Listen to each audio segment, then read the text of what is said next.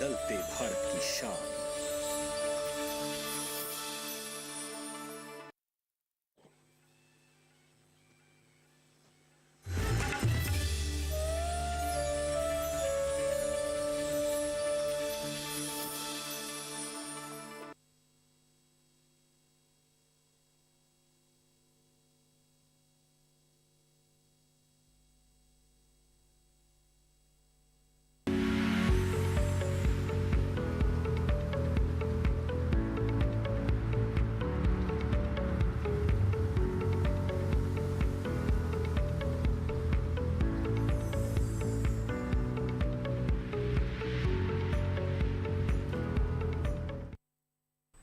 नमस्कार, आप देख रहे हैं दूरदर्शन किसान कार्यक्रम हेलो किसान में आप सभी का स्वागत है। मैं हूं आपके साथ मोनालिसा। हेलो किसान कार्यक्रम एक ऐसा फोन इन कार्यक्रम है जिसमें हम आपके लिए सोमवार से शुक्रवार शाम के 6 बजे कृषि क्षेत्र से जुड़े हुए अलग अलग विषय अलग अलग दिन लेकर आते हैं ताकि आपकी कृषि उन्नत हो और साथ ही आपको अच्छा लाभ भी मिले। और इसी लिहाज से आज भी हम दो खास विषय आपके लिए लेकर आए हैं जिस पर विस्तार से बातचीत करेंगे। साथ ही आप भी अपने सवालों के साथ हमारे साथ इस कार्यक्रम में जुड़ सकते हैं। तो आइए सबसे पहले आज के विषय के बारे में बता दें। हेलो किसान कार्यक्रम में आज के विषय हैं अमरूद के बागों में समसामयिक कार्य। साथ ही आज हम बात करेंगे प्राकृतिक खेती के बारे में।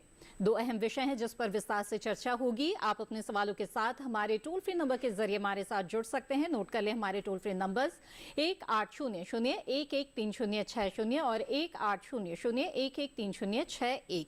टोल फ्री नंबर के जरिए कॉल करने के दौरान इस बात का ध्यान जरूर रखें कि बातचीत केवल फोन लाइन के जरिए ही करें। टीवी की आवाज इस बीच बंद रखें, इससे बातचीत में रुकावट नहीं आती है। आगे बढ़ते हैं। बता दें आपको कि ईमेल के जरिए भी आप हमें अपना सवाल भेज सकते हैं। हमारा ईमेल आईडी नोट कर लें। ईमेल आईडी है hellokisan2015@gmail.com। सवाल के साथ साथ अपना नाम और स्थान भी जरूर लिखें। और हमारे सवालों के जवाब के लिए दो बेहद ही खास मेहमान हमारे साथ इस वक्त मौजूद है। आइए आपका परिचय करा देते हैं। इस वक्त हमारे साथ डॉक्टर महेश चौधरी हैं। आप वैज्ञानिक है कृषि विज्ञान केंद्र श्रीमाधोपुर सीकर राजस्थान से। आपका बहुत बहुत स्वागत है इस कार्यक्रम में। साथ ही हमारे साथ इस वक्त जुड़े हुए हैं डॉक्टर मनोज कुमार। आप मृदा वैज्ञानिक है कृषि विज्ञान केंद्र कौशाम्बी उत्तर प्रदेश से। आपका भी बहुत बहुत स्वागत है हेलो किसान कार्यक्रम में। आइए बातचीत की शुरुआत करते हैं। और अमरूद के बारे में सबसे पहले अगर बात करें तो डॉक्टर चौधरी ये बहुत ही स्वादिष्ट फल है और लोग इसे खूब पसंद करते हैं, लेकिन इसके साथ साथ इसके पोषक से जुड़े हुए क्या महत्ता है ये आपसे जानना चाहेंगे। और साथ ही किसान अगर इसकी बागवानी से जुड़ते हैं तो किस तरह के आर्थिक लाभ इससे जुड़े हुए हैं हमें बताएं। जी, अमरूद के बारे में मैं किसान भाइयों को बताना चाहूँगा कि अमरूद मीटेसी कुल का पौधा है जो कि सीडियम वंश के अंतर्गत आता है, जिसका वैज्ञानिक नाम सीडियम गवाजावा है। और ये इतना पॉपुलर हुआ कि 17वीं शताब्दी में पुर्तगाल से लाया गया था, लेकिन आज सभी ऐसा समझते हैं कि ये भारत का ही वंशज है। जी बिल्कुल। जब हम अमरूद की बात करते हैं तो अमरूद की अन्य कुछ फलदार पौधों की तुलना में कुछ खास विशेषताएं होती है, जैसे सभी प्रकार की मिट्टी एवं जलवायु में सहजता से ये पनप जाता है। साथ ही इसका जो आकर्षक रंग होता है, साइज होती है, सहज फलत में आ जाता है। और इसके साथ साथ ही जब हम इसके पोषक गुणों की बात करते हैं तो ये बारबेडोस, चेरी और आंवला के बाद में इसका विटामिन सी सर्वाधिक पाया जाता है। इसमें लगभग 300 मिलीग्राम विटामिन सी प्रति 100 ग्राम खाने योग्य भाग में मिलता है। इस फल की जो पॉपुलरिटी इसलिए भी ज़्यादा बढ़ जाती है कि इसको ताज़ा खाने के अलावा इसे आरटीएस, कैंडी, जूस इत्यादि भी बनाई जाती है, जिसके कारण किसान भाइयों को इससे काफ़ी अच्छा मुनाफा मिलता है। बिल्कुल, यानी कि सीधे सीधे फलों को तो आप बाजार में लेकर जा ही सकते हैं, लेकिन इसके साथ ही अगर इसके प्रसंस्करण से जुड़ते हैं तो मुनाफा कहीं अधिक हो सकता है। इसके बारे में विस्तार से चर्चा करेंगे आज के इस कार्यक्रम में। आइए उससे पहले नजर डाल लेते हैं इस रिपोर्ट पर।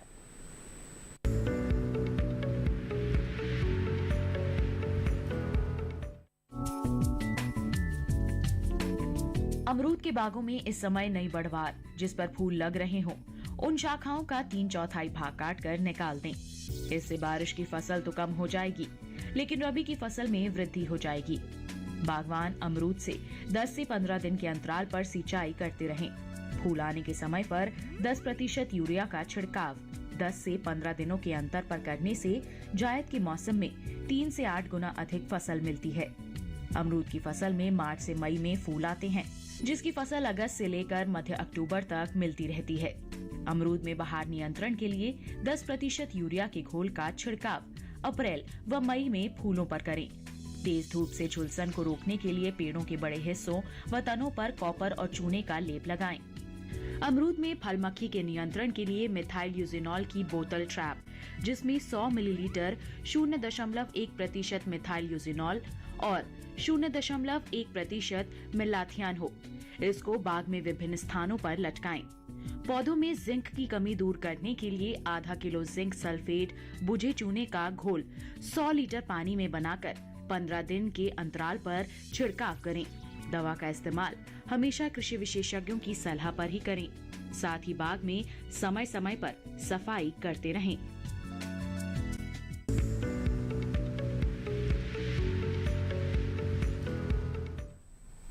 जी हाँ, तो जाना आपने किस तरह के समसामयिक कार्य इस वक्त आप कर सकते हैं अगर आपके पास अमरूद के बाग है तो। आइए अब आगे बढ़ते हैं और प्राकृतिक खेती के बारे में बातचीत करते हैं। डॉक्टर मनोज, आपसे जानना चाहेंगे कि हम देख रहे हैं इन दिनों बहुत ज़्यादा प्राकृतिक खेती को बढ़ावा देने के लिए कोशिशें की जा रही है और किसानों को जागरूक भी किया जा रहा है, क्योंकि पिछले कई सालों से जो रासायनिक खेती होती आ रही है इससे कई तरह के दुष्परिणाम जो है वो सामने आने लगे हैं। ऐसे में आपसे समझना चाहेंगे कि किस प्रकार की कृषि पद्धति को प्राकृतिक खेती कहते हैं। देखिए, प्राकृतिक खेती की जहाँ तक हम बात करते हैं तो इसकी आवश्यकता वर्तमान समय में बिल्कुल अत्यंत रूप से हो चुकी है जी। क्योंकि जो पिछला आपने देखा है कि रासायनिक उर्वरकों से जो भी हम उत्पाद पैदा कर रहे थे वो गुणवत्ता युक्त और पोषक तत्वों से परिपूर्ण नहीं थे। पोषक तत्व उनमें से धीरे धीरे गायब हो गए हैं, जिसके कारण हमारी मिट्टी की सेहत और हमारा मनुष्य का स्वास्थ्य दोनों ही प्रभावित हो रहे हैं। तो प्राकृतिक खेती की अगर हम बात करते हैं तो हमारे पास देशी गाय का गोबर होना चाहिए, देशी गाय का मूत्र होना चाहिए। अगर हमारे पास देशी गाय उपलब्ध है तो हम बिना किसी खर्च के अपने खेत में प्राकृतिक रूप से खेती कर सकते हैं और गुणवत्ता युक्त और पोषक तत्वों से परिपूर्ण अनाज, फल, सब्जी का उत्पादन हम कर सकते हैं। बिल्कुल, तो विस्तार से जानेंगे आपसे इस कार्यक्रम में कि किस तरह से प्राकृतिक खेती करना चाहिए और किन किन बातों का ध्यान रखना चाहिए किसानों को इसे अपनाते हुए। लेकिन आइए उससे पहले नजर डाल लेते हैं इस रिपोर्ट पर।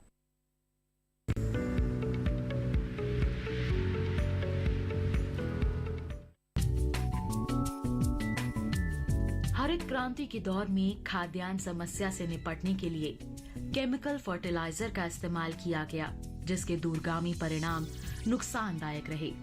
रासायनिक खेती से मिट्टी की उर्वरा शक्ति कमजोर होती गई, मित्र कीट व बैक्टीरिया मारे जाते रहे, जिसका सीधा असर मिट्टी की प्राकृतिक सेहत और पैदावार पर पड़ा और खेती में लगने वाली लागत में इजाफा होता गया। इसलिए अब किसान एक बार फिर प्राकृतिक खेती का रुख कर रहे हैं। इससे जीवन और प्रकृति के बीच तालमेल बिठाया जा सकता है। प्राकृतिक खेती में पशुधन का खासा योगदान है।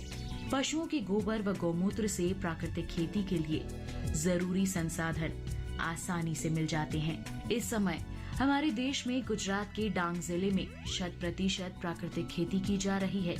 वहीं मध्य प्रदेश में करीब 5000 गाँव में इसकी योजना बनाई गई है। माननीय प्रधानमंत्री जी ने इसे बढ़ावा देने के लिए प्राकृतिक खेती पद्धति को फिर से लॉन्च किया है। भारत सरकार का लक्ष्य है कि साल 2025 तक 3.50 लाख हेक्टेयर क्षेत्र में प्राकृतिक खेती का विस्तार हो। इसे बढ़ावा देने के लिए वर्ष 2020-21 के दौरान राज्यों को 4,980.99 लाख का भुगतान भी किया गया। इतना ही नहीं, प्राकृतिक व जैविक खेती को और समृद्ध बनाने के लिए कृषि विश्वविद्यालयों में पाठ्यक्रमों को संशोधित किया जाएगा, जिससे आने वाली पीढ़ी प्राकृतिक खेती को बेहतर तरीके से समझे और अपना सके।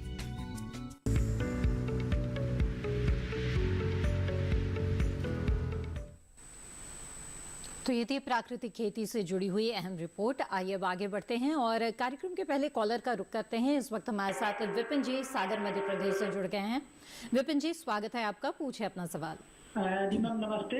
जी नमस्कार। मैं ये जानना चाह रहा था कि अमरूद लगे हुए हैं हमारे यहाँ पे और अभी उसमें फल आ चुके हैं जी। और बरसात में ये फसल पक जाती है, पर प्रॉब्लम मैम ये है कि जो बरसात की फसल रहती है, ये बरसात में फल, तो इसमें दिक्कत ये आती है कि एकदम सारे फल पक जाते हैं, एक साथ ही सारी फसल आती है और कीड़े हर फल में लगभग होते हैं। तो हम ये चाहते हैं कि रबी में फसल मतलब बरसात में ना ही आए, फल ना लगे, तो क्या ऐसा हो सकता है? या फिर जो बरसात में फल पक जाते हैं उनमें कीड़े ना लगे, या फिर इसके लिए कोई बंदोबस्त बताएं। जी आइए जानते हैं। जी डॉक्टर चौधरी बताएं, क्या सुझाव देंगे आप? जी विपिन जी, मैं आपको बताना चाहूँगा कि अमरूद में फूल आते हैं, उनको बहार बोलते हैं, और अमरूद में साल में 3 बार फूल आते हैं।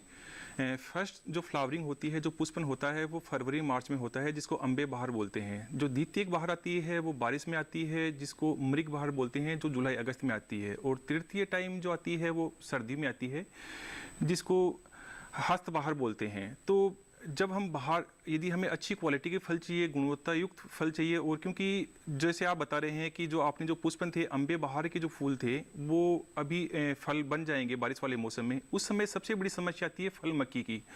और उसके कारण क्या होता है कि फल मक्खी को कंट्रोल करना वैसे तो बड़ा मुश्किल होता है, और क्योंकि बारिश लगातार चलती रहती है, तो उससे क्या होता है कि बाजार में ऐसे फलों का मूल्य नहीं मिल पाता है, और उसकी गुणवत्ता भी काफ़ी पुअर होती है। तो उसके कारण हमें ध्यान ये रखना है कि यदि हम 2 या 3 बाहर लेते हैं तो हमारी क्वालिटी तो रिड्यूस होगी, साथ ही हमें बाजार मूल्य भी नहीं मिल पाता है। तो उसके लिए हमें बाहर को कंट्रोल करना आवश्यक होता है। तो बाहर हम कंट्रोल कैसे कर सकते हैं? सबसे पहला तो हमें फरवरी से लेकर अप्रैल मई तक हमें पानी को रोक देना है, और साथ ही हमें पौधों के चारों ओर हल्की हल्की मिट्टी की खुदाई करनी होती है, क्योंकि जो अमरूद की जो जड़ें हैं वो भूमि में काफ़ी गहराई तक नहीं जाती है। लेकिन कई बार ये देखने में आता है कि कई बार किसान भाई उसकी गहरी जुताई कर देते हैं, जिससे जड़ों में कई बार कटान हो जाता है, उससे पौधा मरने की समस्या होती है। तो इसके लिए आजकल एक शाखा वंकन विधि होती है, जिसमें हम शाखाओं को झुका देते हैं, तो उससे भी बाहर कंट्रोल हो जाता है। साथ ही यूरिया का यदि हम 10% का छिड़काव करें तो उससे भी हम फ्लावर को कंट्रोल कर सकते हैं। यदि हमारे पास कुछ संख्या में पौधे हैं तो उन फूलों को हम हाथ से भी तोड़ सकते हैं।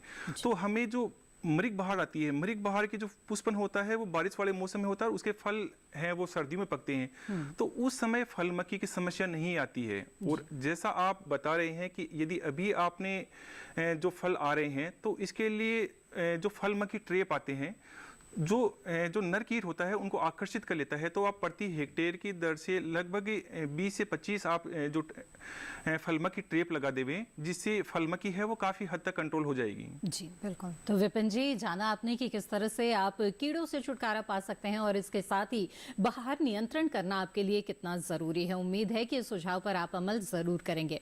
आइए यहाँ पर आगे बढ़ते हैं और बातचीत को आगे बढ़ाते हुए डॉक्टर मनोज, मैं आपसे जानना चाहूँगी, जैसे कि आपने बताया कि सालों से रासायनिक खेती करने के कारण मिट्टी में मौजूद जो पोषक तत्व होते हैं उनका ह्रास होने लग जाता है। ऐसे में प्राकृतिक खेती के जरिए वो कौन सी तकनीक है जिसकी वजह से जो मिट्टी है उसकी सेहत बेहतर होने लगती है? देखिए, जो पिछला हमारा रिकॉर्ड है जिसके अनुसार रासायनिक खेती के जो हम लगातार कर रहे थे, उसकी वजह से हमारी मिट्टी का पीएच मान भी बढ़ गया, जिसके कारण हमारी जो मिट्टी है उसका जो स्वरूप है वो बदलता चला गया, वो क्षारीय और अम्लीय के रूप में प्रकृति उसकी हो रही है।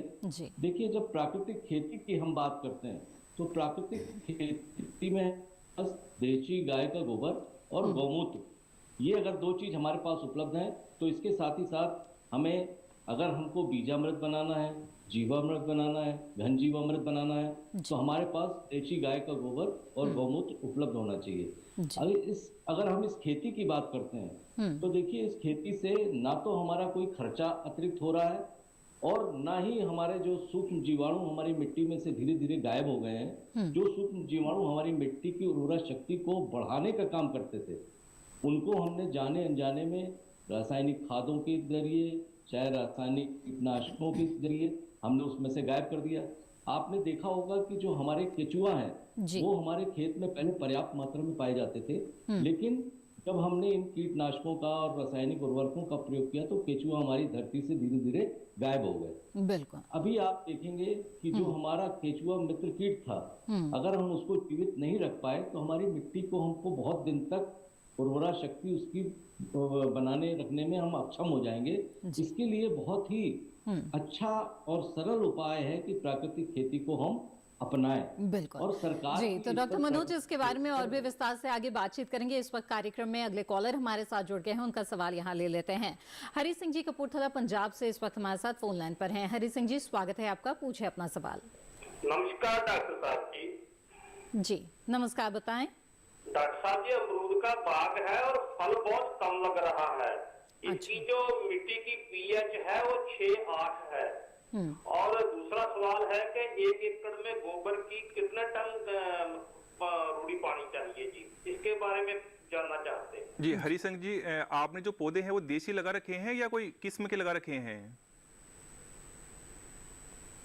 जी, लगता है हमारा संपर्क टूट गया है, तो ऐसे में क्या सुझाव देंगे आप? जी, सबसे पहले तो मैं हमारे किसान भाइयों को बताना चाहूँगा कि अमरूद की सबसे बड़ी समस्या आती है कि जब हम जो पौधे हैं वो किसी विश्वस्त स्रोत से नहीं खरीदते हैं तो उसके कारण कई बार अफलन या कई बार जो अच्छी क्वालिटी वाले फल नहीं मिल पाते हैं।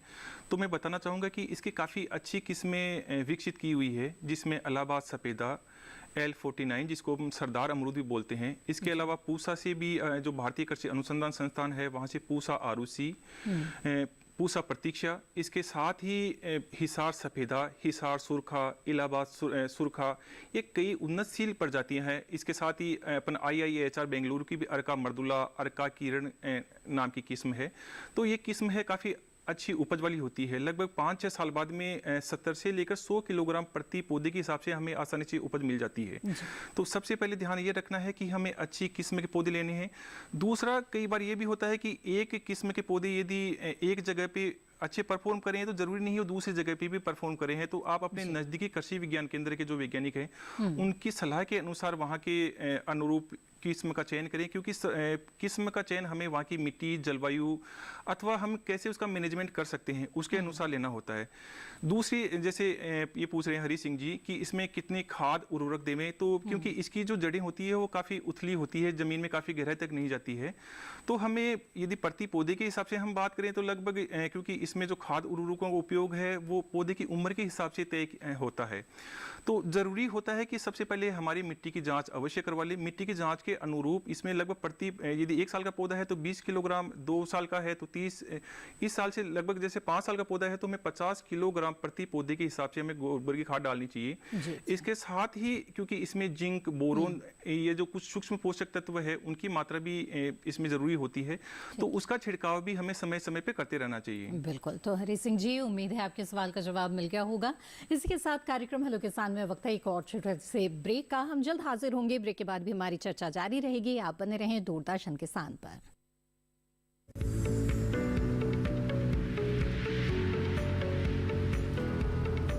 अरे भाई, सुना नहीं क्या? KCC ने किसानों का जिंदगी बदल दिया है। देश के छोटे किसान 1,60,000 रुपए तक का कर्ज बिना किसी गारंटी को ले पाएंगे। ब्याज खोरों से भी पीछा छुटा। मैं तो जैविक खेती का पूरा सामान मंगा लिया। KCC का भी कोई दबाव नहीं है। ब्याज चुकाने के लिए पूरा 1 साल मिलता है। समय पर भुगतान करने पर केवल 4% के सालाना ब्याज पे लोन मिल गया मुझे। अपना आधार कार्ड, लेटेस्ट फोटो और जमीन के कागजात लेके अप्लाई करो बस। और नामांकन भरने के लिए जेब भी ढीली नहीं करनी पड़ी।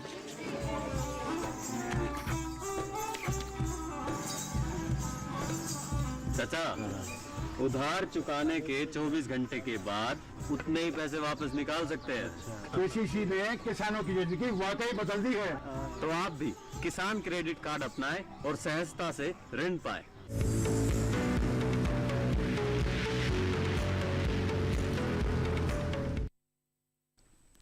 ब्रेक के बाद आप सभी का फिर से स्वागत है। आप देख रहे हैं कार्यक्रम हेलो किसान। इस कार्यक्रम में आज हम बात कर रहे हैं अमरूद के बागों में समसामयिक कार्यों के बारे में और इसके साथ ही प्राकृतिक खेती के विषय पर भी हमारी चर्चा जारी है। इन विषयों से जुड़े हुए सवाल पूछने के लिए आप हमारे टोल फ्री नंबर पर कॉल कर सकते हैं या फिर ईमेल के जरिए भी सवाल भेज सकते हैं। ईमेल ID है hellokisan2015@gmail.com। इस वक्त हमारे साथ एक कॉलर जुड़ गए हैं। आइए सीधे उनका करते हैं। नंदस्वरूप मिश्रा जी बाराबंकी उत्तर प्रदेश से हमारे साथ जुड़े हुए हैं। नंदस्वरूप जी, स्वागत है आपका, पूछे अपना सवाल।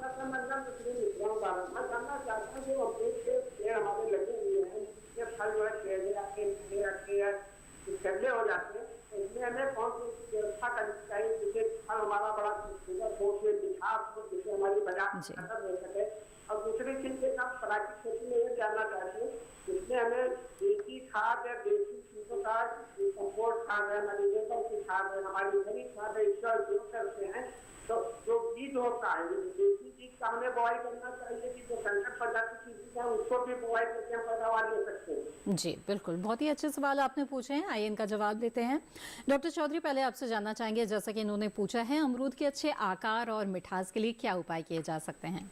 जी नवस्वरूप जी, आपने बड़ा अच्छा प्रश्न पूछा है कि यदि हमें अच्छी क्वालिटी के साथ ही अच्छी साइज वाले फल लेने हैं, तो जैसे आप प्राकृतिक खेती के बारे में भी जानना चाह रहे हैं, तो उसमें भी ये होता है कि हमें एक तो खाद उर्वरकों का अच्छी ढंग से उपयोग करना है। यदि हम संतुलित मात्रा में खाद एवं उर्वरकों का प्रयोग करेंगे तो पौधे की अच्छी बढ़वार के साथ साथ ही हमें अच्छे आकार के फल और गुणवत्ता युक्त फल भी प्राप्त होंगे।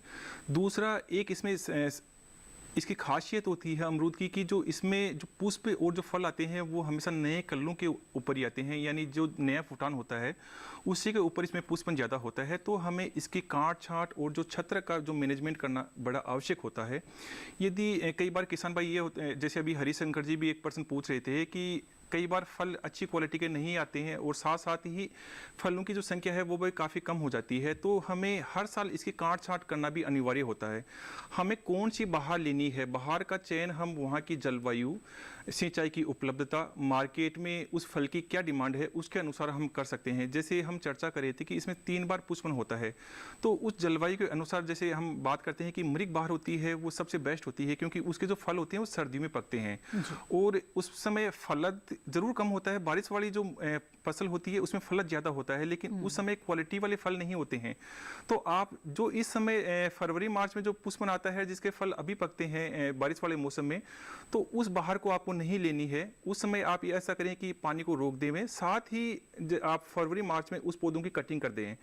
कटिंग हमेशा हम लगभग जो अपनी 4-5 महीने से जब कटिंग करते हैं तो उसका 50% जो टहनियाँ हैं जो लंबाई के अनुसार उनको हमें काट देनी होती है, तो उससे जो भी जो पुष्पन होगा, जो फलत होगा वो अच्छी गुणवत्ता वाला होगा। और इसके साथ ही हमें अच्छी गोबरी खाद और जो दूसरे तरह के जो पोषक तत्व है, नाइट्रोजन, फास्फोरस, पोटास, क्योंकि इसमें कई बार हम देखते हैं कि जो पोषक तत्वों के कारण जो ब्रोंजिंग हो जाती है, जिसमें अमरूद में लाल लाल रंग की पत्तियां हो जाती है, तो उसका भी हमें ख्याल रखना होता है। जी बिल्कुल। तो नंदस्वरूप जी, जाना आपने कि किस तरह से अच्छी गुणवत्ता के फल दिए जा सकते हैं अमरूद में। अब आपका सवाल था प्राकृतिक खेती से जुड़ा हुआ, तो इसका भी जवाब लेते हैं। डॉक्टर मनोज, जैसे कि नंदस्वरूप मिश्रा जी जानना चाहते थे कि अगर प्राकृतिक खेती किसान करना चाहते हैं तो क्या देसी बीजों का चुनाव करना ही जरूरी है? प्राकृतिक खेती की हम बात करते हैं तो हमारे पूर्वज जो है देशी बीजों का चुनाव करते थे, चाहे वो देशी पौधे हों, उनका चुनाव करके वो उसको लगाते थे और उसमें उत्पादन जरूर कम होता था लेकिन वो पोषक तत्वों से परिपूर्ण होते थे। तो प्राकृतिक खेती में अगर आप बात करते हैं तो कोशिश ये करिए कि आपको अगर देशी बीज उपलब्ध है तो देशी बीजों का चुनाव आप अवश्य करिए। उसमें आपका प्राकृतिक रूप से खेती करने में जो हम गौमूत्र और गाय के गोबर से उत्पादन करेंगे वो उत्पादन भी अच्छा होगा और पोषक तत्वों से परिपूर्ण अनाज भी उत्पन्न होगा। लेकिन यदि आपको किसी कारण देशी बीज नहीं मिल रहे हैं तो आप जो आपको बीज उपलब्ध है उसको भी आप कर सकते हैं, लेकिन उसमें उन पोषक तत्वों की मात्रा कम होगी। तो प्रयास ये करिए कि देशी बीजों का चुनाव आप करिए। बिल्कुल नंदस्वरूप जी, उम्मीद है आपके सभी सवालों के जवाब मिल गए होंगे। आइए अब आगे बढ़ते हैं, अगले कॉलर का रुख करते हैं। नईमुद्दीन जी इस वक्त हमारे साथ झांसी उत्तर प्रदेश से जुड़ गए हैं। नईमुद्दीन जी, स्वागत है आपका, पूछे अपना सवाल। नमस्कार मैम। जी नमस्कार, बताएं। मैं निवेदन ये है मैम कि क्या ये शरद ऋतु की गुणवत्ता युक्त फल लेने के लिए अमरूद के ये गर्मियों के जो सफेद फूल है उनसे मुक्ति कैसे पाए ताकि हमें शरद ऋतु के फल अच्छे मिल सके? ये यूरिया उपयुक्त रहेगी अथवा पेड़ों की जो टहनियां हैं उनकी छटाई उपयुक्त रहेगी? जी जी बिल्कुल, आइए जानते हैं। जी डॉक्टर चौधरी, क्या बताना चाहेंगे कि क्या करें कि शरद ऋतु में अच्छे फल उनको मिल सके? जी नईमुद्दीन जी, मैं आपको बताना चाहूँगा कि यदि हमें अच्छी गुणवत्ता वाले फल लेने हैं तो हमें ध्यान रखना होता है कि जो 3 बार पुष्पन आता है, जैसे हम बार बार चर्चा कर रहे हैं, तो उसमें से हमें एक की बहार लेनी होती है, और वो बहार लेनी होती है मृग बहार। तो जैसे आप बता रहे हैं कि हम फूलों की कैसे हम उनको झाड़ सकते हैं, कैसे हम उनको हटा सकते हैं। तो जैसे यदि हमने गृह वाटिका में पौधे लगा रखे हैं तो हम उन पुष्पों को हाथ से भी तोड़ सकते हैं, लेकिन क्योंकि इसमें श्रमिकों की आवश्यकता ज़्यादा होती है, यदि हमारे पास में प्लांट्स की संख्या ज़्यादा है, साथ ही इसमें समय भी ज़्यादा लगता है। तो हमें सबसे पहला तो होता है कि हमें पानी को, जो भी सिंचाई अपन दे रहे हैं, उसको रोक देना होता है। तो ये वहाँ की हमारी मिट्टी कैसी है, यदि बलुई है या बाहरी मिट्टी है, तो उसके अनुसार हमें फरवरी मार्च से लेकर मई तक हमें पानी को रोक देना होता है। उससे अधिकतर जो पत्तियां और जो पुष्पन हो रहा है वो झड़ जाता है। कई बार यदि मौसम अनुकूल रहता है तो पत्तियां फूल नहीं भी झड़ते हैं, तो उसके लिए हमें कई बार पौधों के चारों ओर खुदाई करनी होती है। लेकिन उससे नुकसान ये होता है कि कई बार पौधे जलने की भी समस्या होती है। तो इसके लिए सबसे जो बेस्ट तरीका तो ये है कि आप यूरिया 10% का छिड़काव कर देवें। साथ ही जो एक शाखा वंकन, जो अपनी IIHR बेंगलुरु का एक रीजनल सेंटर है, तो वहाँ की एक टेक्नोलॉजी है शाखा वंकन विधि। तो उस विधि के अनुसार हम जो अमरूद की जो शाखाएं हैं उनको कुछ जो पत्तियों को छोड़ के जो पत्तियों को हटा देते हैं और फिर नीचे की ओर उनको झुका देते हैं। तो उससे क्या होगा, जो ऑक्सीजन का जो संचरण होता है उसमें बाध्यता हो जाती है, और साइड वाली जो ब्रांचेज होती है उनमें फैलाव काफ़ी होता है। तो ये जो तरीके अपना कि हम बाहर को कंट्रोल कर सकते हैं आसानी से, और अच्छी क्वालिटी वाले जो फल जिस हम मौसम में चाह रहे हैं उनके अनुरूप हम ले सकते हैं। जी बिल्कुल। तो नईमुद्दीन जी, आपने उम्मीद है कि जान लिया होगा कि किस तरह से आप बाहर नियंत्रण कर सकते हैं। आइए आगे बढ़ते हैं। ईमेल के जरिए भी कई सवाल हमें मिल रहे हैं, कुछ ऐसे ही सवालों को कार्यक्रम में शामिल करते हैं। एक सवाल भेजा है शैलेंद्र राठौर जी ने उज्जैन मध्य प्रदेश से। ये जानना चाहते हैं कि रासायनिक खेती से प्राकृतिक खेती में प्रवेश करते समय जमीन को प्राकृतिक खेती लायक बनाने के लिए क्या उपाय करना होगा, उस विधि के बारे में विस्तार से बताएं। डॉक्टर मनोज, बताएं विस्तार से किस तरह से रासायनिक खेती से प्राकृतिक खेती को अपनाया जाए, जमीन को इस लायक किस तरह से बनाया जाए। शैलेंद्र राठौर जी, बहुत बढ़िया प्रश्न है आपका, क्योंकि रासायनिक उर्वरक की खेती से आप प्राकृतिक खेती में अगर शिफ्ट होना चाहते हैं तो सबसे पहले तो आपको करना यह है कि आपको जो प्राकृतिक खेती के अवयव है, चाहे वो घन जीवामृत हो या बीजामृत हो, इनके बारे में पूरी विधि की जानकारी होनी चाहिए। और इसके साथ ही साथ अपनी मिट्टी में आपको देशी गाय के गोबर और गौमूत्र की पर्याप्त मात्रा अपने खेतों में देनी होगी। तो यहाँ पर सबसे पहले अगर आप रासायनिक खेती को छोड़ना चाहते हैं तो सबसे पहले आपको अपने खेत की जुताई के बाद उसमें घन जीवामृत का प्रयोग करना है। और घन जीवामृत को बनाने के लिए आपको देशी गाय का गोबर चाहिए और गौमूत्र चाहिए। उसके आपको उसमें घोल बनाकर और उसके जो लड्डू की तरह उसमें बना लेंगे आप, जैसे लड्डू तैयार किए जाते हैं उस तरह आप उसको सॉलिड घोल बना के लड्डू की तरह उसको तैयार कर लीजिए। और अपने खेत में जुताई के बाद उसको 2-3 दिन तक रखने के बाद अपने खेत में बिखेर दीजिए। बिखेर के कल्टीवेटर की सहायता से उसको जोत दीजिए। तो पहला तो आपको चरण ये अपनाना है कि आपको घन जीवामृत अपने खेत में प्रयोग करना है। दूसरा, जब आप बीज की बुआई करने जा रहे हैं तो सबसे पहले तो प्रयास ये करिए कि देशी बीजों का चुनाव करिए, और देशी बीज की उपलब्धता के आधार पर उसको आप चुनाव करने के बाद ले आइए। उसके बाद आपको जो बीजामृत से आपको बीज का शोधन करना है, जैसे कि आप रासायनिक खेती। डॉक्टर मनोज, माफ कीजिएगा, यहाँ पर आपको रोकना पड़ेगा। इस विधि के बारे में विस्तार से जानेंगे और किस तरह से बीजामृत तैयार कर सकते हैं और इसकी क्या उपयोगिता है, इसके बारे में भी जानेंगे। लेकिन इस बीच कार्यक्रम में हमारे अगले कॉलर जुड़ गए हैं, उनका सवाल ले लेते हैं। सागर चौहान जी बिलासपुर हिमाचल प्रदेश से इस वक्त हमारे साथ जुड़े हुए हैं। सागर जी, स्वागत है आपका, पूछे अपना सवाल। हेलो मैडम जी, मैं बात करना चाहता हूँ कि जी हमारे यहाँ 4-5 पौधे हैं, उनमें फूल आते हैं और फल नहीं लगते। जी, अमरूद की बात आप कर रहे हैं कि फूल आते हैं, फल नहीं लग रहे हैं। हाँ जी। अच्छा, आपने कौन सी किस्म लगाई थी, बता सकते हैं? किस्म का मैडम जी पता नहीं है, पर पत्ता काफी बड़ा है। दूसरे लाल अमरूद है। ठीक है, उसकी किस्म लाकर। जी जी। तो डॉक्टर चौधरी, क्या वजह हो सकती है इसकी? जी सागर जी मैं बताना चाहूँगा कि जैसा आप कह रहे हैं कि उसमें पुष्पन तो होता है लेकिन फल नहीं बन पाते हैं। तो ये समस्या जब आती है जब हम उसमें लगातार पानी लगाते रहते हैं। तो हमें ध्यान ये रखना होता है कि जब भी पुष्पन आ रहे हो उस समय हमें सिंचाई नहीं करनी है। सिंचाई हमें तभी करनी है जब जो फल का आकार होता है वो बेर जैसा बनने लग जाए, उस समय हमें सिंचाई करनी होती है। और सिंचाई खासकर जब फलों का अच्छा विकास हो जाता है, फल के विकास के समय हमें लगातार सिंचाई करते रहना चाहिए। गर्मियों में हमें लगभग 7 से 10 दिन के अंतराल पे सिंचाई करनी होती है और सर्दियों में 10 से 15 दिन के अंतराल पे हमें सिंचाई करती रहनी चाहिए। लेकिन जो सिंचाई का अंतराल होता है वो क्योंकि वहाँ की जलवायु और मिट्टी के ऊपर निर्भर करता है, तो जैसा आप बता रहे हैं, तो यदि आप पानी को रोक देंगे, सिंचाई नहीं करेंगे पुष्पन के समय, तो उन पुष्पन से फल अवश्य बनेगा, क्योंकि अमरूद में ज़्यादा समस्या आती नहीं है। बिल्कुल। तो उम्मीद है सागर जी इस सुझाव पर ज़रूर आप अमल करेंगे और आने वाले समय में इस समस्या से आपको छुटकारा भी मिलेगा। आइए दोबारा रुक करते हैं डॉक्टर मनोज का। डॉक्टर मनोज, आप हमें बता रहे थे बीजामृत के बारे में, बताएं कि क्यों बीजामृत का इस्तेमाल किसानों को करना चाहिए प्राकृतिक खेती में और कैसे इसे तैयार किया जा सकता है। देखिए, जो बीजामृत का हमको प्रयोग करना चाहिए अपने खेतों में, प्राकृतिक खेती में, क्योंकि बीज का शोधन अनिवार्य रूप से आवश्यक है। और जब हम प्राकृतिक रूप से खेती को करने जा रहे हैं तो बीजामृत का बहुत बड़ा योगदान होता है। वो हमारी बीजों की जो आवरण है उस पर एक आवरण के रूप में चढ़ जाता है। और जो गोबर और गौमूत्र से जो हम लेप तैयार करते हैं बीजामृत का, उससे हमारी जो पौधे, जो हमारी मिट्टी है उसमें सूक्ष्म जीवाणुओं की उपलब्धता बढ़ती है और हमारे बीजों में जमाव की प्रतिशतता बढ़ती है। तो बीजामृत अगर हम बनाने की बात करते हैं तो 5 किलो देशी गाय का गोबर होना चाहिए, 5 लीटर हमारा गौमूत्र होना चाहिए, और इसके साथ ही साथ 1 किलो गुड़ और आधा किलो अगर हमारे पास किसी दाल वाली फसल का बेसन हो तो वो ले लें, और पीपल के पेड़ के नीचे की मिट्टी 1 मुट्ठी ले लें और इन सबको घोल बनाकर तैयार कर लें।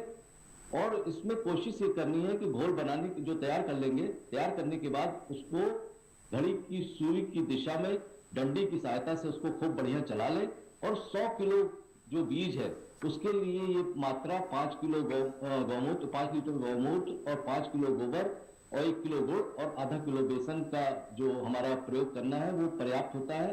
और जब हम उसको बीज का प्रयोग करने जा रहे हैं तो वहां पर उस घोल का छिड़काव अपने बीजों के ऊपर कर दें और उसको छाया में सुखा लें, और सुखाने के बाद ही अपने खेत में बिजाई कर दें। जब हम उसको बीजों को बिजाई कर देंगे तो उसमें एक तो सूक्ष्म जीवाणुओं की उपलब्धता बढ़ जाएगी और वो उसका बीजों का जमाव भी अच्छा होगा। बिल्कुल।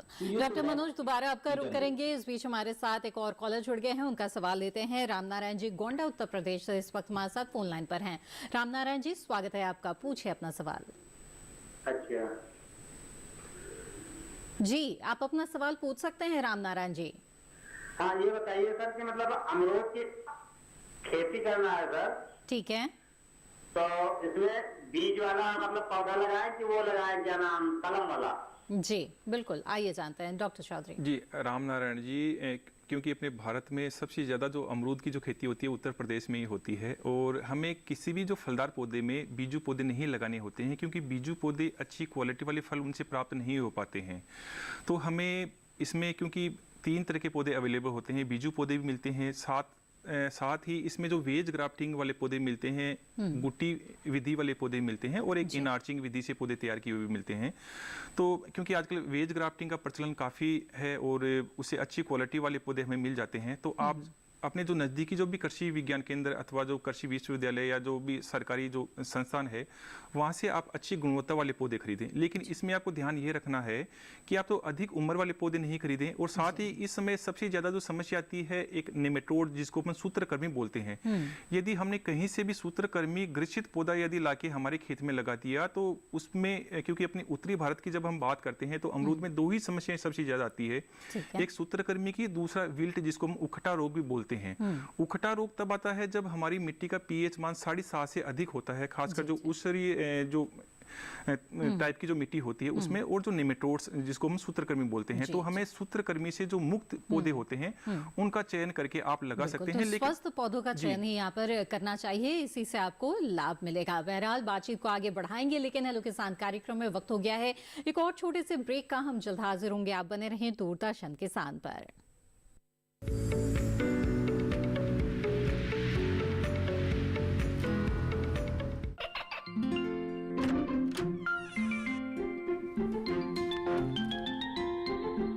ये क्या हो रहा है? काशवी, इतने कम मार्क्स? काशू, बेटा पढ़ा करो, पढ़ोगी नहीं तो आगे कैसे बढ़ोगी? मम्मा मैं भी तो आपसे यही कहना चाहती हूँ, पढ़ा करो। आप पढ़ोगे नहीं तो आगे कैसे बढ़ोगे? मतलब? वो देखो। सिर्फ बैक पर छपा ऑर्गेनिक नहीं, ऑर्गेनिक का निशान पहचानिए। पीजीएस ऑर्गेनिक का ये लोगो उन किसानों की पहचान है जो आज भी परंपरागत विधि से रसायन मुक्त खेती कर आपके लिए शुद्ध फसल उपजा रहे हैं। आप समझे मम्मा, अगर मैं प्योर ऑर्गेनिक फूड नहीं खाऊंगी तो अच्छे मार्क्स कहाँ से लाऊंगी? अच्छा बच्चों। जैविक खेती की इस मुहिम को आगे बढ़ाइए, शुद्ध ऑर्गेनिक अपनाइए।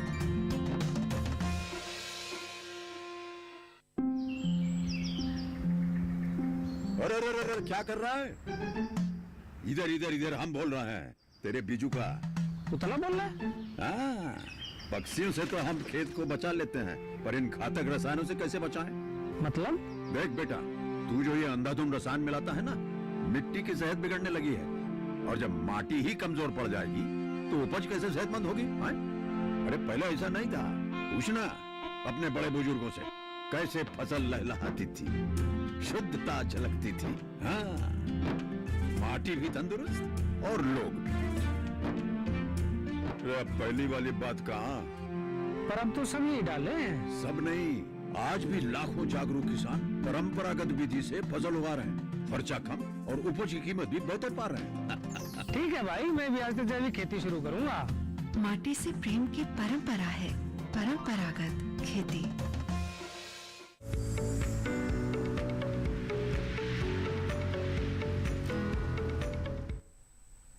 ब्रेक के बाद आप सभी का फिर से स्वागत है। आप देख रहे हैं कार्यक्रम हेलो किसान, जिसमें आज हम अमरूद के बागों की और प्राकृतिक खेती की बातचीत कर रहे हैं। इनसे जुड़े हुए सवाल पूछने के लिए आप हमारे टोल फ्री नंबर पर कॉल कर सकते हैं या फिर ईमेल आईडी के जरिए भी आप अपने सवाल हमें भेज सकते हैं। इस वक्त हमारे साथ एक कॉलर जुड़े हुए हैं, आइए सीधे उनका रुख करते हैं। गोलू जी सागर मध्य प्रदेश से इस वक्त हमारे साथ फोन लाइन पर हैं। गोलू जी स्वागत है आपका, पूछिए अपना सवाल। जी मैं नमस्कार।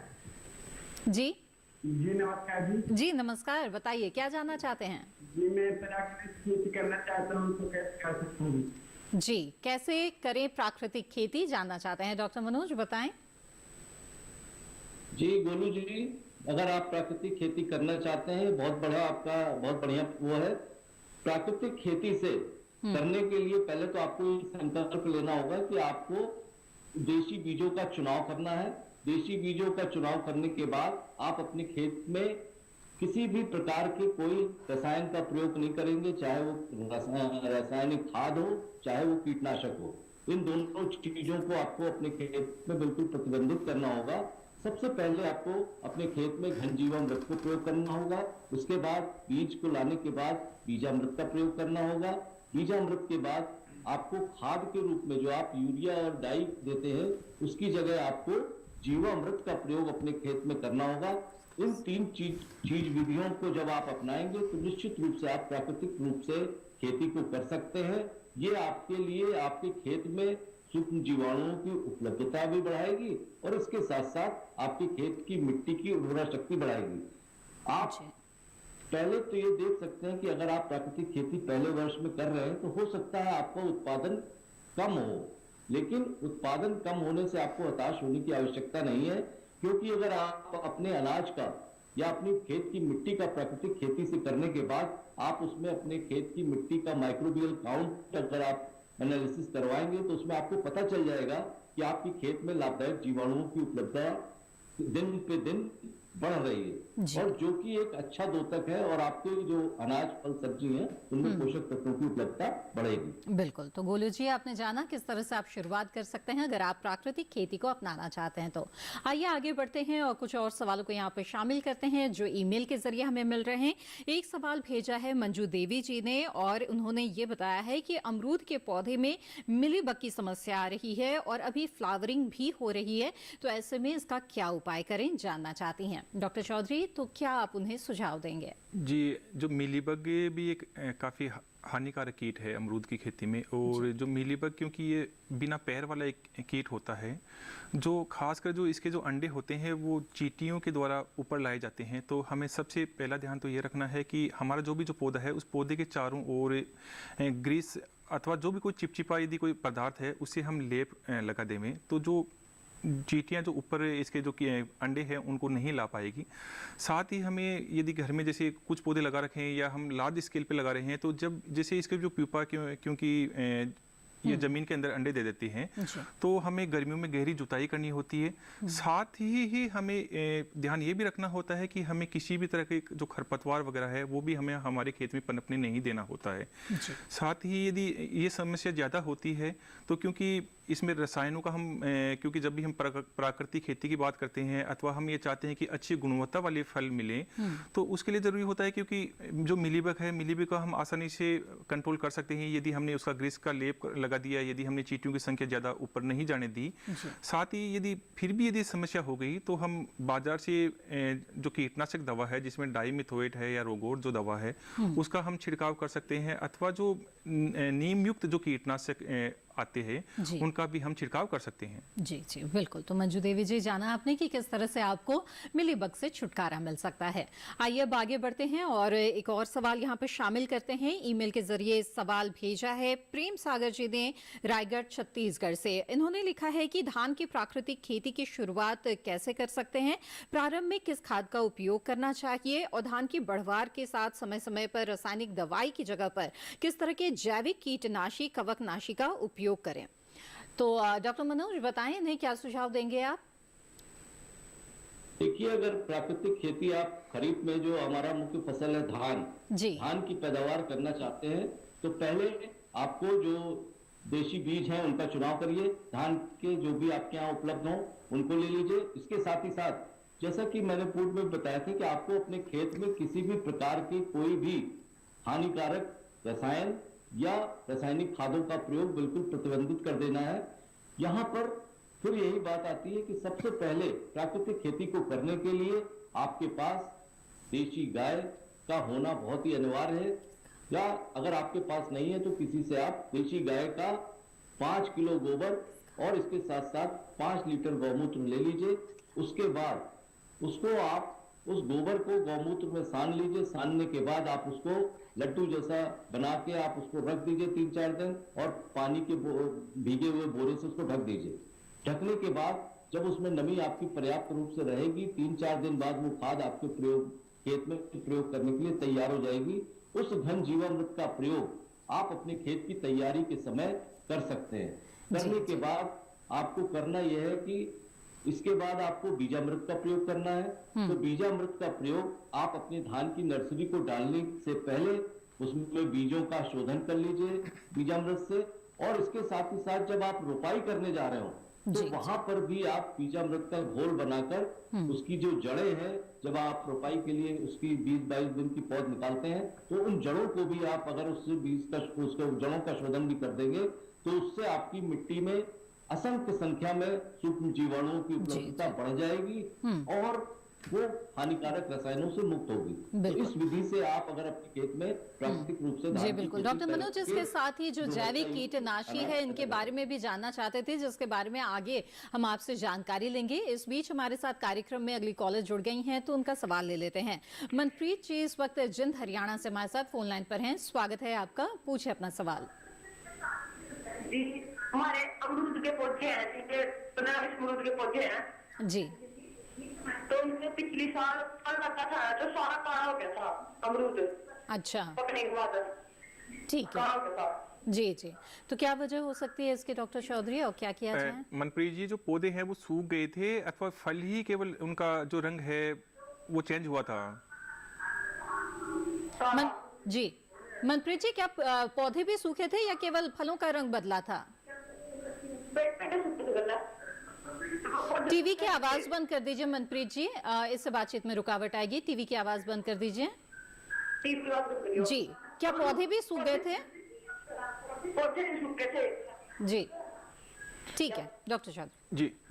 मनप्रीत जी, मैं बताना चाहूँगा कि आप जिंद हरियाणा से जैसे बता रहे हैं, तो क्योंकि अमरूद में ज़्यादातर समस्या आती नहीं है, लेकिन यदि आपने जैसे आप बता रहे हैं कि कुछ पौधे लगा रखे हैं, तो आजकल अमरूद पे फल पे लगाने वाले कुछ छोटे छोटे बैग आते हैं जो कि जैसे कागज़ टाइप के से होते हैं। यदि हम उनको लगा देंगे तो अच्छी क्वालिटी वाले हमें फल मिल जाएंगे। उन फल की जो चमक होगी वो काफ़ी अच्छी होगी। साथ ही हमारी चौधरी चरण सिंह हरियाणा कृषि विश्वविद्यालय से 2 किस्मों का चयन किया गया है, जिसमें हिसार सुरखा और हिसार सफ़ेदा। हिसार सफ़ेदा है वो सफ़ेद गुदे युक्त है और हिसार सुरखा है वो लाल गुदे युक्त किस्म है। दोनों बड़ी अच्छी किस्म है और ख़ासकर जो अपने हरियाणा जो रीजन के लिए दोनों ही किस्म उपयुक्त है, तो आप उन दोनों का चयन कर लें। साथ ही हमें ध्यान ये भी रखना होता है कि अपनी क्वालिटी को, फल की क्वालिटी को बढ़ाने के लिए जो सूक्ष्म पोषक तत्व है, जिसमें जिंक सल्फेट, मैग्नीशियम सल्फेट, इनका भी हमें 0.5% के हिसाब से हमें उसमें छिड़काव करना है। तो आपकी जो फल की जो क्वालिटी होगी और जो उनका कलर होगा वो इम्प्रूव होगा। जी बिल्कुल। तो मनप्रीत जी, उम्मीद है आपके सवाल का जवाब मिल गया होगा और इस सुझाव पर आप आगे अमल भी करेंगी। इसी के साथ हेलो किसान कार्यक्रम में यहाँ पर रुकते हैं एक और छोटे से ब्रेक के लिए। जल्द हाजिर होंगे, आप बने रहें दूरदर्शन किसान पर।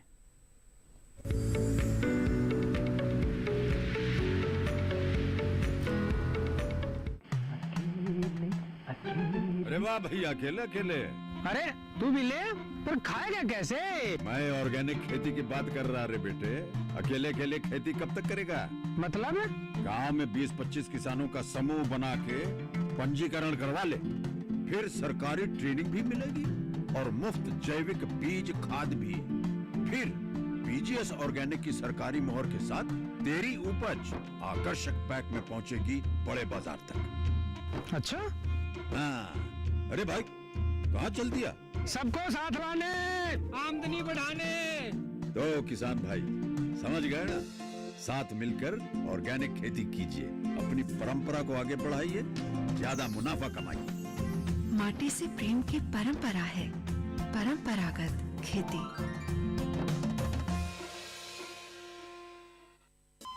अरे सुन तो। मुझे क्या सुनाना चाहते हो? जो सुनाओ मेरी सौतन को। किसको? अरे वही तुम्हारा मोबाइल फोन जिससे सुबह शाम दिन रात चिपके रहते थे और कहते थे किसान कॉल सेंटर से बातें हो रही हैं। अच्छा ये बात है। हाँ, क्यों? क्या हुआ? अब बात नहीं होती क्या? अब तो झट से बात हो जाती है। ऐसा क्या? हाँ, अब तो ज्यादा लाइनें और खास तकनीक के कारण खेती के माहिरों से तुरंत बात हो जाती है। और अगर कभी लाइन व्यस्त हो तो अपनी समस्या फोन पर रिकॉर्ड करा दो, वहाँ से फोन आ जाता है और समस्या की हल का मैसेज भी आ जाता है। ये देखो आ गया। अरे वाह, इसका मतलब इंतजार की घड़ी अब खत्म। हाँ। तभी मैं सोचूं कि आजकल मुझ पर इतना प्यार क्यों आ रहा है। कृषि संबंधी समस्याओं का अपनी भाषा में तुरंत हल पाने के लिए पूरे भारत में किसी भी फोन से हेल्पलाइन नंबर पर संपर्क करें। किसानों का दोस्त किसान कॉल सेंटर।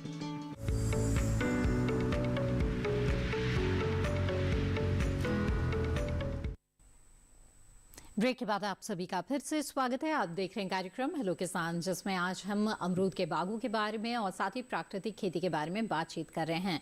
आइए यहाँ पर बातचीत को आगे बढ़ाते हैं और डॉक्टर मनोज आपका रुख करना चाहूंगी। और जैसा कि प्रेम सागर जी ने ईमेल के जरिए सवाल पूछा था और अगला हिस्सा उनका था कि रसायनों का इस्तेमाल करना पड़ जाता है फसलों में कीटों से छुटकारा पाने के लिए, या फिर कवकनाशी का इस्तेमाल करना पड़ जाता है। इसके एवज में अगर प्राकृतिक खेती कर रहे हैं तो किस तरह के जैव उत्पादों का इस्तेमाल किया जा सकता है?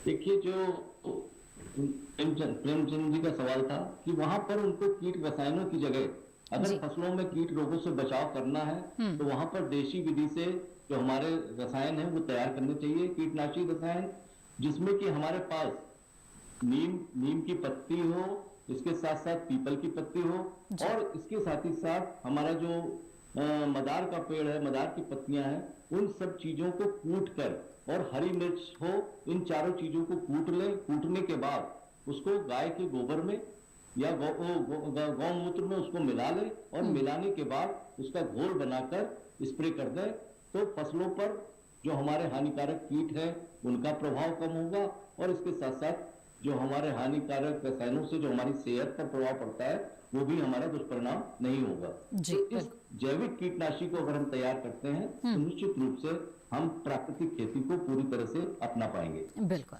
आइए अब कार्यक्रम में आगे बढ़ते हैं और कुछ और सवालों को यहाँ पर शामिल करते हैं। अंकुर सहाय जी का सवाल है आजमगढ़ उत्तर प्रदेश से।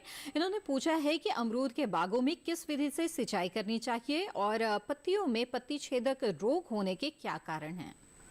जी, जब हम बात करते हैं अमरूद में सिंचाई की, तो सिंचाई का जो अंतराल होता है वो निर्भर करता है कि हमारी वहाँ पर मिट्टी कैसी है, जलवायु कैसी है। तो जैसे हम चर्चा कर रहे हैं कि सबसे पहले तो हमें कौन सी बहार लेनी है, तो बहार के अनुरूप हमें सिंचाई को रोक देना है।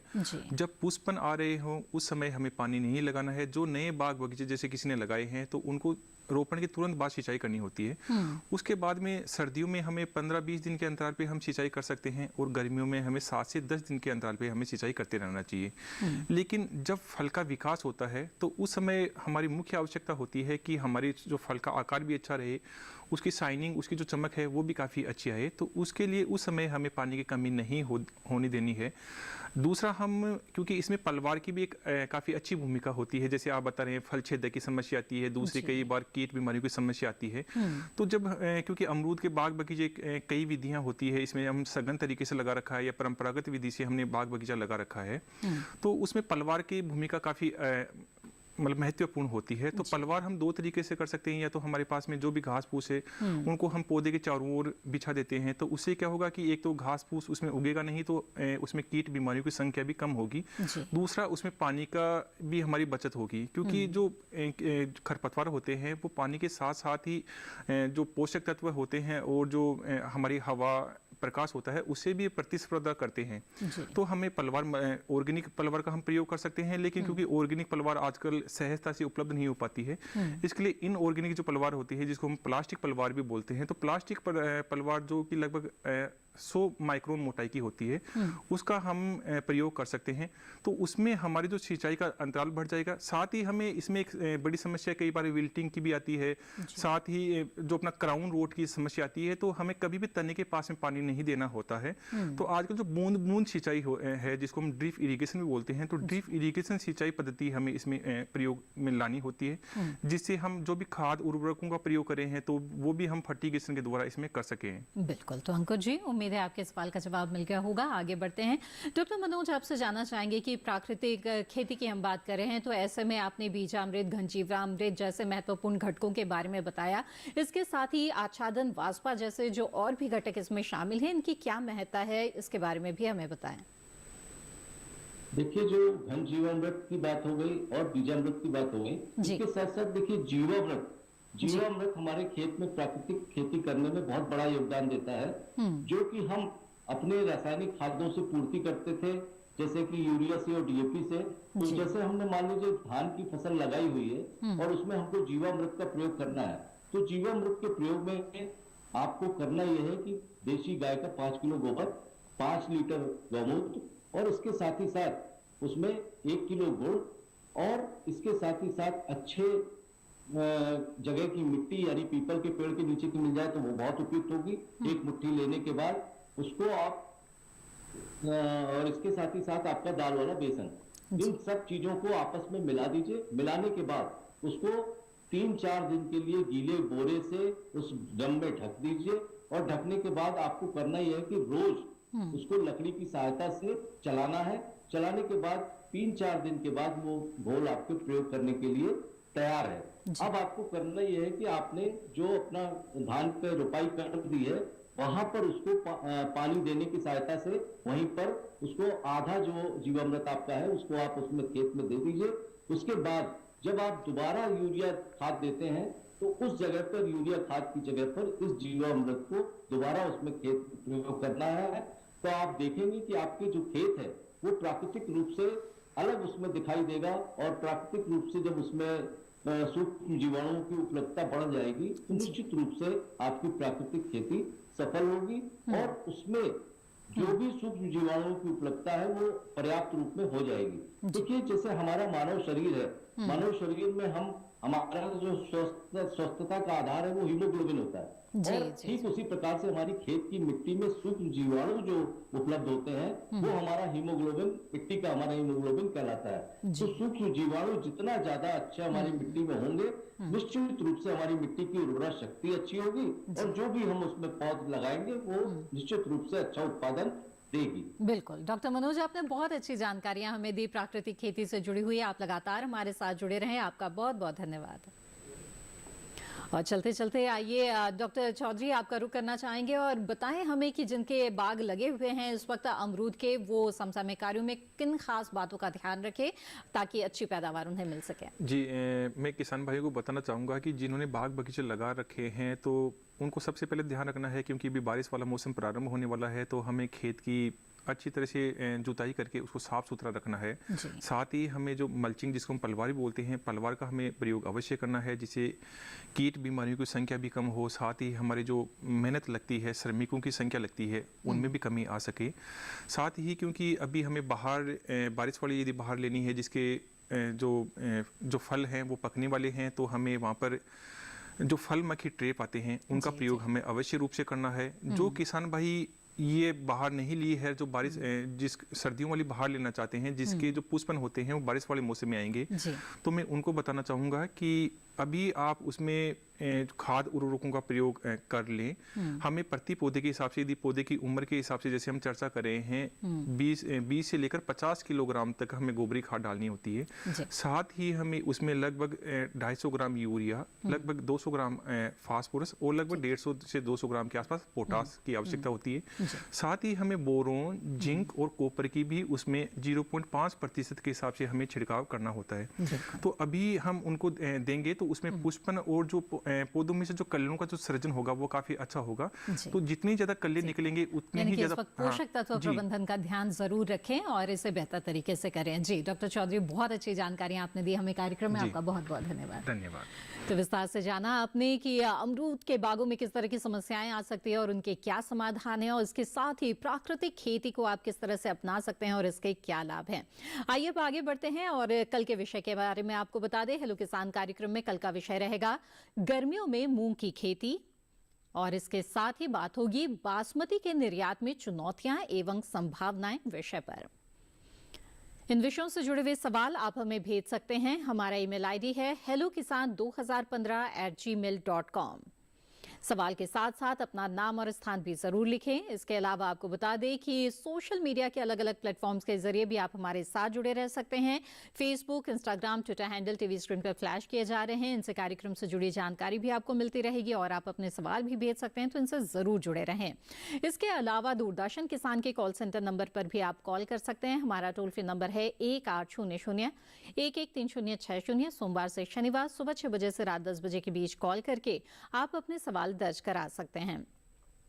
इसके साथ ही आपको बता दें कि हेलो किसान कार्यक्रम को आप दूरदर्शन किसान के YouTube चैनल पर भी देख सकते हैं और तमाम जानकारियां हासिल कर सकते हैं। इसके लिए टीवी स्क्रीन पर दिखाए जा रहे इस QR कोड को स्कैन करें।